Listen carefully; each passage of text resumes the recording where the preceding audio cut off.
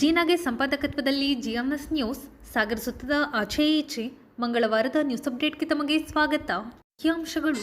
April 2 ಮತ್ತು 3ರಂದು ಹೊಸ ಉಪ್ಪಾರಕೇರಿ ವೀರಮಾರುತಿ ದೇವಸ್ಥಾನದ ಮುಂದುವರೆದ ಕಾಮಗಾರಿ ಶಂಕುಸ್ಥಾಪನೆ. 10 ಲಕ್ಷ ರೂಪಾಯಿ ವೆಚ್ಚದ ಕಾಮಗಾರಿಗೆ ಶಾಸಕರಿಂದ ಚಾಲನೆ. ಕಾರ್ಯಕ್ರಮ ಕುರಿತು ಸತೀಶ್ ಗಣೇಶ್ ಮಾಹಿತಿ. ಗಾಂಧಿನಗರ ಪ್ರಸಾದ ಗಣಪತಿ ದೇವಸ್ಥಾನ ವಾರ್ಷಿಕೋತ್ಸವ. ಧಾರ್ಮಿಕ ಕಾರ್ಯಕ್ರಮ ಸ್ವಾಸ್ಥ್ಯ ಸಮಾಜಕ್ಕೆ ಅಗತ್ಯ ಎಂದ ಮೂಲೆಗದ್ದೆ ಮಠದ ಶ್ರೀಗಳು. ನಿವೃತ್ತ ಯೋಧ ಸುಬೇದಾರ್ ವೆಂಕಟೇಶ್ ಜಿಎಸ್ ನಿಧನ. ಮಾಜಿ ಯೋಧರ ಕಲ್ಯಾಣ ಟ್ರಸ್ಟ್ನಿಂದ ಸಂತಾಪ. ಈಗ ಸುದ್ದಿಯ ವಿವರ. ಸಾಗರದ ನೆಹರು ನಗರದ ಹೊಸ ಉಪ್ಪಾರಕೇರಿಯ ಶ್ರೀ ವೀರಮಾರುತಿ ದೇವಸ್ಥಾನದ ಪುನರ್ ನಿರ್ಮಾಣ ಕಾರ್ಯಕ್ರಮ ಏಪ್ರಿಲ್ 3ರಂದು ಬೆಳಗ್ಗೆ 10:30ಕ್ಕೆ ಶಾಸಕ ಗೋಪಾಲಕೃಷ್ಣ ಬೇಳೂರು ನೆರವೇರಿಸಲಿದ್ದಾರೆ ಎಂದು ವೀರಮಾರುತಿ ಸೇವಾ ಸಮಿತಿ ಪ್ರಧಾನ ಕಾರ್ಯದರ್ಶಿ ಸತೀಶ್ ಆರ್ ತಿಳಿಸಿದರು. ಸಾಗರದ ಕರ್ನಾಟಕ ಕಾರ್ಯನಿರತ ಪತ್ರಕರ್ತರ ಭವನದಲ್ಲಿ ಮಂಗಳವಾರ ಕರೆಯಲಾಗಿದ್ದ ಸುದ್ದಿಗೋಷ್ಠಿಯಲ್ಲಿ ಅವರು ಮಾತನಾಡುತ್ತಿದ್ದರು. ಈ ಸಂದರ್ಭದಲ್ಲಿ ಗಣೇಶ್ ಶೇಟ್ ಮಾತನಾಡಿದರು. ಗೋಷ್ಠಿಯಲ್ಲಿ ಸಮಿತಿ ಅಧ್ಯಕ್ಷ ಗುರುಚರಣ್, ಪ್ರಮುಖರಾದ ಸುನಿಲ್ ರುದ್ರಪ್ಪ, ಕೇಶವ್, ನಾಗರಾಜ್ ಆಚಾರ್ ಇನ್ನಿತರರು ಹಾಜರಿದ್ದರು. ಶ್ರೀ ವೀರಮಾರುತಿ ದೇವಸ್ಥಾನ ಸುಮಾರು 43 ವರ್ಷಗಳ ಒಂದು ಇತಿಹಾಸವನ್ನ ಇರುವಂತಹ ದೇವಸ್ಥಾನ. ನೆಹರು ನಗರದ ಹೊಸ ಉಪ್ಪಾರಕೇರಿಯಲ್ಲಿ ಶ್ರೀಯುತ ಬಾಲಕೃಷ್ಣ ಮೇಸ್ತ್ರಿ ಮತ್ತೆ ಪೂಜಾರ್ ಅವರು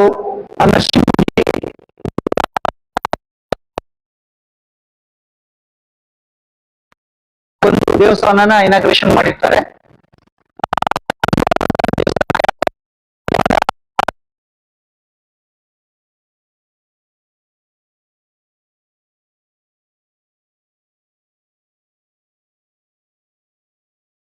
ಪ್ರತಿ ವರ್ಷ ವಾರ್ಷಿಕೋತ್ಸವವನ್ನ ಆಚರಣೆ ಮಾಡ್ಕೋತಾ ಬಂದಿದ್ವಿ. ಈ ವಾರ್ಷಿಕೋತ್ಸವ ಚೈತ್ರ ಮಾಸದ ಹುಣ್ಣಿಮೆಯಲ್ಲಿ ಹನುಮ ಜಯಂತಿ ದಿನ ಕಾರ್ಯಕ್ರಮಗಳು ನೆರವೇರ್ತಾ ಬಂದಿದೆ. ಈ ಒಂದು ಕಾರ್ಯಕ್ರಮಕ್ಕೆ ಎಲ್ಲ ಸಾರ್ವಜನಿಕರು ಭಕ್ತಾದಿಗಳಿಂದ ನಾವು ವಂತಿಕೆಯನ್ನ ಪಡೆದು ವಾರ್ಷಿಕೋತ್ಸವವನ್ನು ಮಾಡ್ತಾ ಇದ್ದೇವೆ. ಈ ಮಧ್ಯದಲ್ಲಿ ನಮಗೆ ತುಂಬಾ ಖುಷಿ ಕೊಟ್ಟಂತ ವಿಚಾರ ಏನಂದ್ರೆ, ಈವರೆಗೂ ಕೂಡ ಸರ್ಕಾರದಿಂದ ಯಾವುದೇ ಅನುದಾನಗಳನ್ನ ನಾವು ಪಡಿಲಿಕ್ಕೆ ಸಾಧ್ಯವೇ ಆಗಿರ್ಲಿಲ್ಲ. ಕಾರಣ ಒಂದು ಏನ್ ಹೇಳ್ತಾರೆ, ಆಡಳಿತದ ಅಧಿಕಾರದ ಒಂದು ಇದಿರ್ಬೋದು, ವೀಕ್ನೆಸ್ ಇರ್ಬೋದು. ಈಗ ನಮ್ಮ ಸಾಗರದ ಶಾಸಕರಾದ ಗೋಪಾಲಕೃಷ್ಣ ಬೇಳೂರು ಅವರು ನಿರ್ಮಿತಿ ಕೇಂದ್ರದ ಮೂಲಕ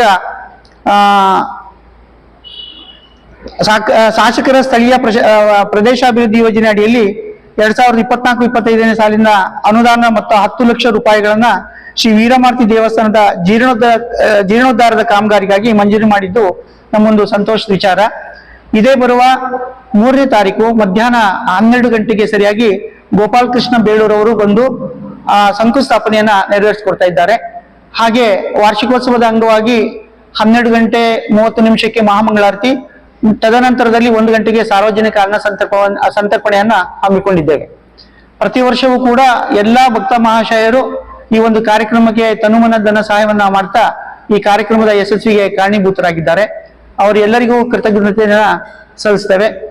ಹಾಗೆ ಈಗ ಅಭಿವೃದ್ಧಿ ವಿಚಾರದಲ್ಲಿ ಹೇಳ್ಬೇಕು ಅಂತಾದ್ರೆ, ದೇವಸ್ಥಾನಕ್ಕೆ ಯಾವುದೇ ಮೂಲ ಆದಾಯಗಳು ಬರ್ತಾ ಇಲ್ಲ. ಕಾರಣ ಏನು ಅಂದ್ರೆ, ನೆಹರು ನಗರದ ನಿವಾಸಿಗಳು ಬಹಳಷ್ಟು ನಮ್ಮ ಧರ್ಮದ ಜನಗಳು ಆಚೆ ಈಚೆ ಹೋಗಿದ್ರಿಂದ ನಮ್ಗಳ ಸಂಖ್ಯೆ ಕಡಿಮೆ ಆಗಿದ್ದು ಅಭಿವೃದ್ಧಿಯ ಒಂದು ವಿಚಾರ ಬಹಳ ಕುಂಠಿತವಾಗಿದೆ ಅಂತ ಹೇಳಲಿಕ್ಕೆ ಇಷ್ಟಪಡ್ತೇನೆ. ಹಾಗೆ ಸಾಗರ ನಗರದ ಎಲ್ಲ ದಾನಿಗಳು, ಮಹನೀಯರು ಹಾಗೂ ಮಹಿಳೆಯರು, ಭಕ್ತಾದಿಗಳು ಕೈ ಜೋಡಿಸಿದ್ರೆ ನಮ್ಮ ಒಂದು ಅಭಿವೃದ್ಧಿ ಹೋಗುತ್ತೆ ಅಂತ ನಮ್ಮ ಒಂದು ಅನಿಸಿಕೆ. ಹಾಗೆ ಸಾಗರ ನಗರದಲ್ಲಿ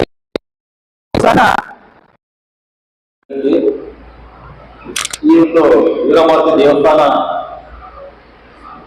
ಹೆಚ್ಚಿಗೆ ಆದಾಯ ಇದೆ ಇರತಕ್ಕಂಥ ಒಂದು ದೇವಸ್ಥಾನ ಆಗಿರೋದ್ರಿಂದ ಜನಪ್ರಿಯ ಶಾಸಕರಾಗಿದ್ದ ಗೋಪಾಲಕೃಷ್ಣ ಬೇಳೂರು ಅವರು ಅವರ ಒಂದು ಮನವಿ ಮಾಡಿಕೊಂಡಾಗ ಅವರು ಖುಷಿಯಾಗಿ 10 ಲಕ್ಷ ಸರ್ಕಾರದ ವತಿಯಿಂದ ಅನುದಾನವನ್ನ ಕೊಟ್ಟಿರ್ತಾರೆ.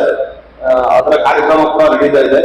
ಮತ್ತೆ ಅತಿ ಹೆಚ್ಚಿನ ಸಂಖ್ಯೆಯಲ್ಲಿ ಈ ಒಂದು ದೇವಸ್ಥಾನಕ್ಕೆ ಭಕ್ತಾದಿಗಳು ಬರಬೇಕು ಅಂತ ಹೇಳಿ ತಮ್ಮಲ್ಲಿ ಸೌಮ್ಯ ಪ್ರಾರ್ಥನೆಯನ್ನ ಮಾಡ್ತಾ ಇದ್ದಾರೆ. ಸಾಗರದ ಗಾಂಧಿನಗರದ ಪ್ರಸಾದ ಗಣಪತಿ ದೇವಸ್ಥಾನದಲ್ಲಿ 14ನೇ ವರ್ಷದ ವಾರ್ಷಿಕೋತ್ಸವ ಮತ್ತು ವಿಶೇಷ ಧಾರ್ಮಿಕ ಕಾರ್ಯಕ್ರಮ ನಡೆಯಿತು. ಗಣಪತಿ ದೇವರಿಗೆ ಕ್ಷೀರಾಭಿಷೇಕ, ಸಹಸ್ರ ಮೋದಕ ಹವನ, ಕಲಾತತ್ವ ಹವನ ನಡೆಯಿತು. ನಂತರ ನಡೆದ ಧಾರ್ಮಿಕ ಸಭೆಯ ಸಾನ್ನಿಧ್ಯ ವಹಿಸಿ ಮೂಲೆಗದ್ದೆ ಮಠದ ಶ್ರೀ ಅಭಿನವ ಚನ್ನಬಸವ ಸ್ವಾಮೀಜಿಯವರು ಮಾತನಾಡಿದರು. ಆನಂದಗೌಡರು ಕಾರ್ಯಕ್ರಮದ ಅಧ್ಯಕ್ಷತೆ ವಹಿಸಿದ್ದರು. ವೇದಿಕೆಯಲ್ಲಿ ಬಸವರಾಜ್, ಟಿವಿ ಪಾಂಡುರಂಗ, ಸುಂದರ್ ಸಿಂಗ್, ತಿಪ್ಪೇಶ್ ಇನ್ನಿತರರು ಹಾಜರಿದ್ದರು. ಒಳ್ಳೇದಾಗಲಿ ಅಂತ ಹೇಳಿ ಅವ್ರು ಒಳ್ಳೇದಾಗಲಿ ಅಂತ ಯಾವತ್ತು ಬಯಸ್ತೇವೆ ಅವತ್ತು ನಮ್ಮ ಜೀವನ ಸಾರ್ಥಕತೆ ಆಗೈತಿ ಅಂತ ನಾವು ಯಾವತ್ತು ಅರ್ಥ ಮಾಡಿಕೊಳ್ತೇವೆ ಅವತ್ತೇ ನಮ್ಮ ಜೀವನ ಹುಟ್ಟೈತಿ ಅನ್ನುವಂಥದ್ದನ್ನು ನಾವು ಮೊದಲು ಅರ್ಥ ಮಾಡಿಕೊಳ್ಬೇಕು.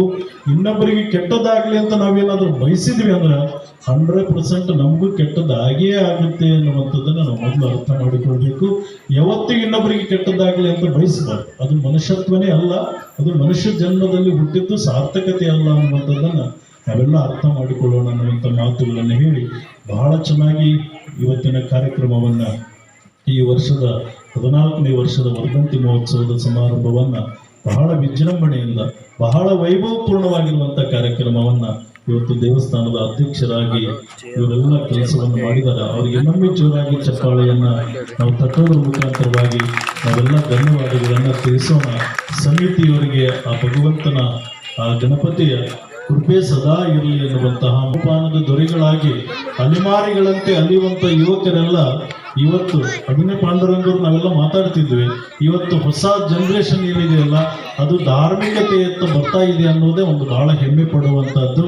ಯಾಕೆ ಅಂತಂದ್ರೆ ನಮ್ಮ ಮಕ್ಕಳೆಲ್ಲ ಕಣ್ಣಲ್ಲಿ ಕಾಮದ ನೋಟ, ಕೈಯಲ್ಲಿ ಗುಟಕಾ ಚೀಟ, ಬಾಯಲ್ಲಿ ಮದ್ಯದ ಕಾಟ, ಆಗಾಗ ಪರಸತಿಯರ ಕೂಟ, ನವಪೀಳಿಗೆಯ ಚೆಲ್ಲಾಟ, ಓ ವಿಘ್ನ ವಿನಾರಕ ತಪ್ಪಿಸುವುಗಳ ಕಾಟ ಅಂತ ಹೇಳಿ ನಾವು ಹೋಗಿ ರಿಕ್ವೆಸ್ಟ್ ಮಾಡುವಂತಹ ಕಾಲಘಟ್ಟದೊಳಗ ಇವತ್ತು ಧಾರ್ಮಿಕ ವ್ಯವಸ್ಥೆಯೊಳಗೆ ಇವತ್ತು ಬಂದುಬಿಟ್ಟು ಕೆಲಸವನ್ನ ಮಾಡ್ತಾ ಇದಾರಲ್ಲ ಯುವಕರೆಲ್ಲ, ಅವ್ರಿಗೆ ಇನ್ನೊಮ್ಮೆ ಜೋರಾಗಿ ಚಪ್ಪಾಳೆಯನ್ನು ತಟ್ಟಿ ನಾವು ಧನ್ಯವಾದಗಳನ್ನು, ಒಳ್ಳೆಯ ಸಂಸ್ಕೃತಿ ಮತ್ತು ಸಂಸ್ಕಾರಗಳನ್ನು ಕೊಡ್ರಿ ಎನ್ನುವಂತಹ ಮಾತುಗಳನ್ನು ಹೇಳಿ 10 ವರ್ಷ ಅವ್ರನ್ನ ಓದೋದಕ್ಕೆ ಹಚ್ಚಿರಿ.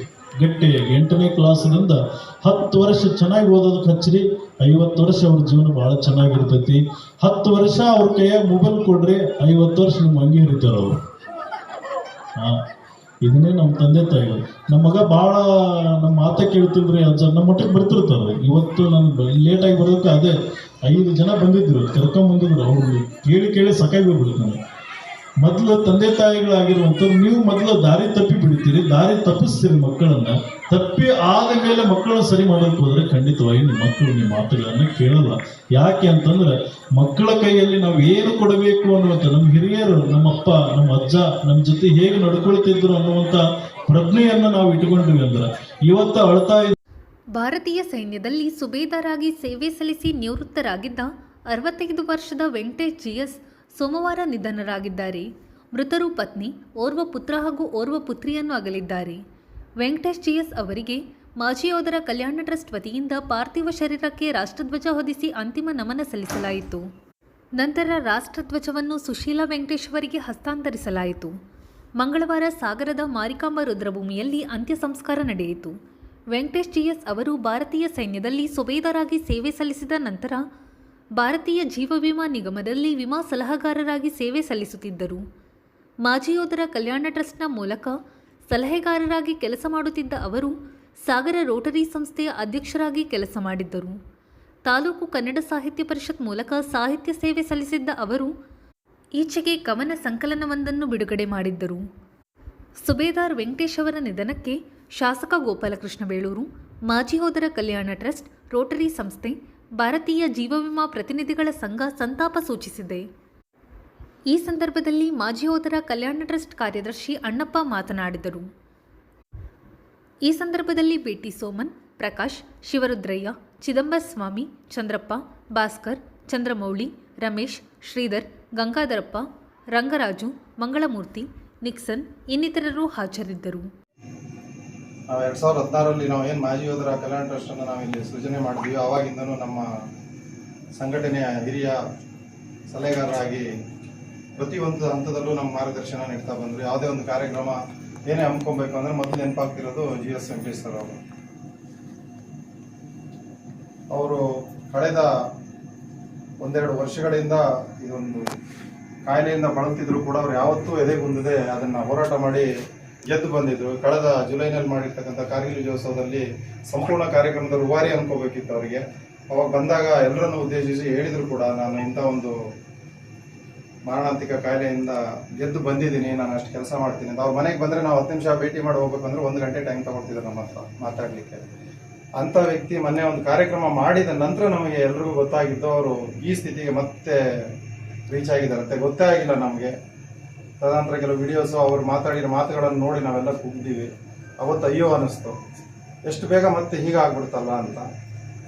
ಇದು ಮಂಗಳವಾರದ ಸಮಗ್ರ ಸುದ್ದಿ. ನಿರಂತರ ಸುದ್ದಿಗಾಗಿ ನೋಡ್ತಾ ಇರಿ GMS ನ್ಯೂಸ್. ನಮಸ್ಕಾರ.